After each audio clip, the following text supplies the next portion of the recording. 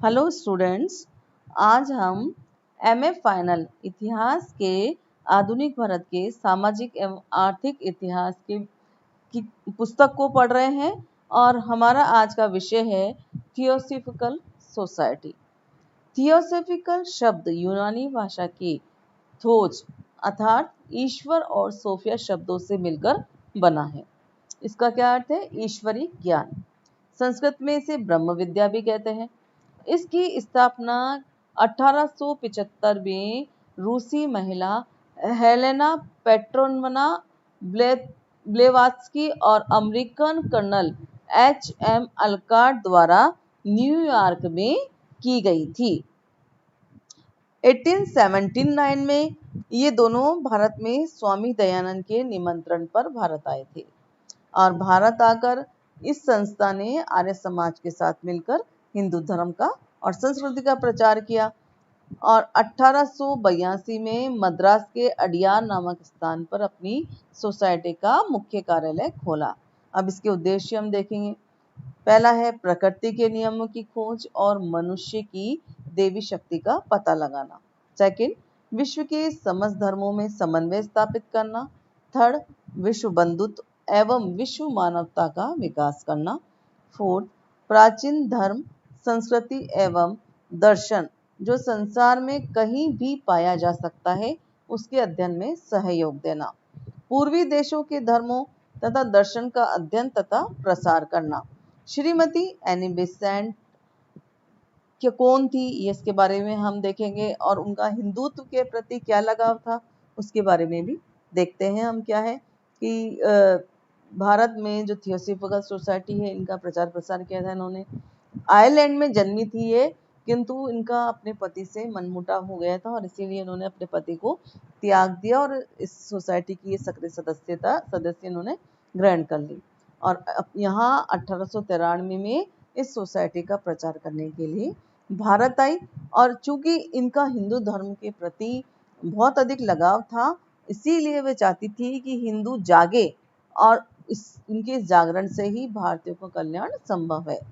वे मानती थी कि भारत का भविष्य हिंदू धर्म से जुड़ा हुआ है। वे कहा करती थी कि हिंदुत्व ही भारत के प्राण है, हिंदुत्व ही वो मिट्टी है जिसमें भारत का मूल गड़ा हुआ है। यदि ये मिट्टी हटा ली गई तो भारत का वृक्ष सूख जाएगा। हिंदुत्व के बिना भारत के सामने कोई भविष्य नहीं है। तो किस तरह से हमने देखा कि वह भारत के लिए हिंदुत्व को अत्यधिक अनिवार्य मानती थी। साथ ही उनका ये भी मानना था कि यदि हिंदुत्व लोप हो गया तो भारत में कुछ भी शेष नहीं बचेगा।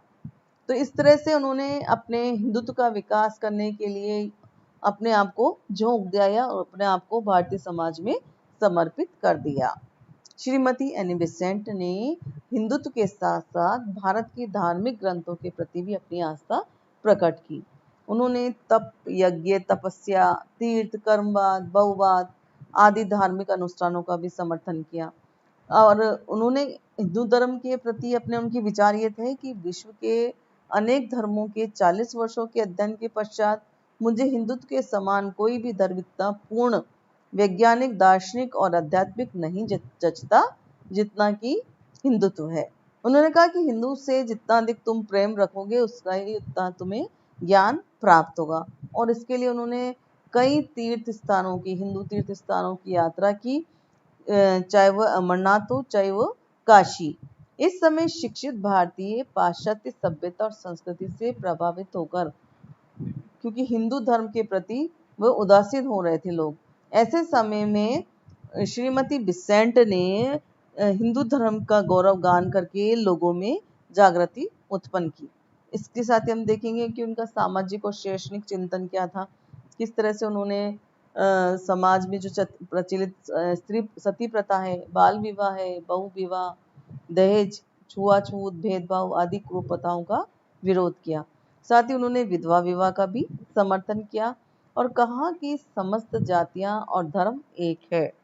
समस्त विश्व में बिना किसी भेदभाव के एनी बेसेंट ने उन सबको बराबर माना और कहा कि जब तक भारत में सामाजिक एकता स्थापित नहीं होगी तब तक हमारे समाज की प्रगति नहीं हो सकती। इसी तरह से उन्होंने शैक्षणिक दृष्टि में भी अपना महत्वपूर्ण योगदान दिया और कहा कि भारत में उन्होंने अनेक स्कूल कॉलेज छात्रावास खुलवाए। उन्हीं के प्रयासों से 1898 में बनारस में सेंट्रल हिंदू कॉलेज की स्थापना हुई, जहां हिंदू धर्म और पाश्चात्य वैज्ञानिक विषय पढ़ाए जाते थे। आगे चलकर 1916 में यही बनारस हिंदू विश्वविद्यालय बन गया। उन्होंने रामायण और महाभारत पर भी संक्षिप्त भाष्य लिखे और भारतीयों में स्वाभिमान और राष्ट्र प्रेम की लहर उत्पन्न करने में योगदान दिया।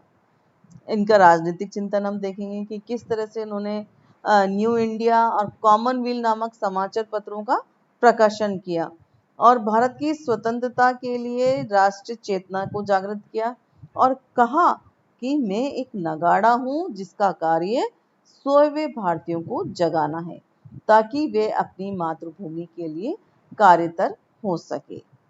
अंग्रेजी अत्याचारों के कारण प्रथम विश्व युद्ध में अंग्रेजों को युद्ध में व्यस्त देखकर उन्होंने अपना जो क्षेत्र है वो राजनीति ही बना लिया और 1914 में होम रूल आंदोलन में सक्रिय रूप से भाग लिया। उनकी इस वजह से उन्हें नजरबंद कर दिया गया, किंतु जनता ने इसका प्रबल विरोध किया, इसीलिए सरकार को उन्हें मुक्त करना पड़ा और इसी वर्ष वे राष्ट्रीय कांग्रेस की अध्यक्षता भी चुनी गई।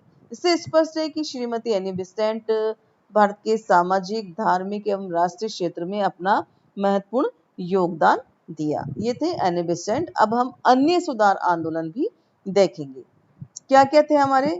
एक था प्रार्थना समाज। पहला तो प्रार्थना समाज की स्थापना 1857 में डॉक्टर आत्माराम पांडुरंग ने की और इसका नेतृत्व आगे चलकर गोविंद रानडे और आरजी भंडारकर ने भी किया और इस समाज का उद्देश्य जात पात, छुआछूत, बाल विवाह, मूर्ति पूजा आदि का विरोध कर विधवा विवाह का समर्थन करना था।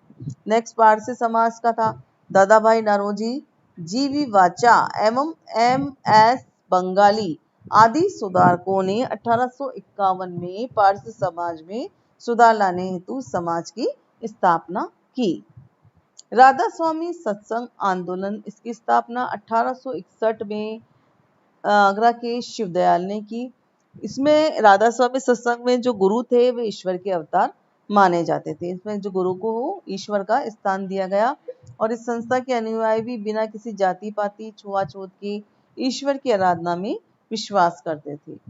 सिख समाज सुधार आंदोलन, सिख समाज ने भी सामाजिक और धार्मिक क्षेत्र में अपने जीवन में पवित्रता लाने की दिशा में कार्य किया।